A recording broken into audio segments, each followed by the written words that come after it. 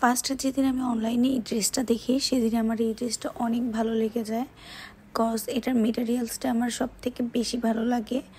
আর এই same materials আমি অনলাইনে খুঁজে পুরো অবস্থা খারাপ হয়ে যায়, কিন্তু আমি কোথাও অনলাইনে এরকম শেডিং কোনো কাপড় বা শাইনি খুঁজে পাচ্ছিলাম না।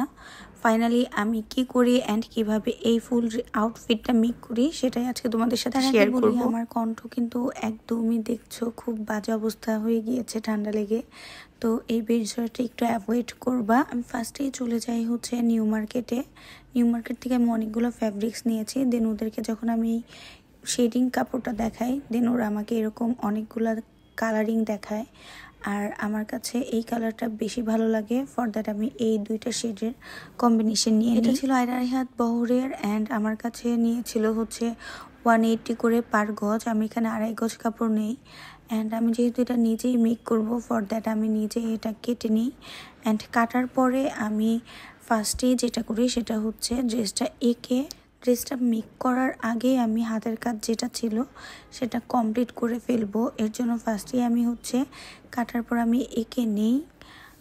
দেখো কি হিজিবিজি করে আঁকা হয়েছে, কজ আমি এটা নিচে বসে এঁকেছি, কারণ কাপড়টা অনেক বড় যেহেতু ছিল, আমি ওইভাবে কোথাও এটাকে ফেলে রাখতে পারছিলাম না যেখানে আমি এটাকে সুন্দর মতো ড্র করতে পারবো।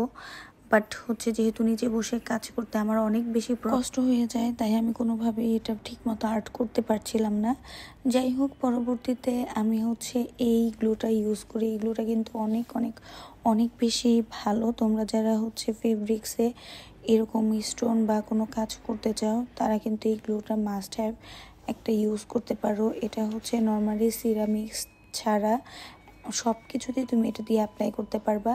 দেন আমি ওই চেনের যেই লাইনটা ছিল স্টোনের চেন লেস, সেটা দিয়ে পুরোটা কভার করি, অ্যান্ড মাঝখানে এই টাইপের হচ্ছে একটা রিয়েল স্টোন অ্যাপ্লাই করি। এই স্টোনটা হচ্ছে আমার কাছে পার পিস নিয়েছে 3 টাকা করে। এরপর ফুল ড্রেসে কাজ করা কমপ্লিট হয়ে যাওয়ার পর আমি ফাইনালি মেয়েটা মেকিং করার জন্য বসে যাই, and this one is the my final dress look. আমি ফুল ড্রেসটা চেয়েছিলাম রেফারেন্স পিকচারের মতো সেম টু সেম মেক করার জন্য, আর তাই আমি ওইটার মতো করেই ফুল করার ট্রাই করেছি।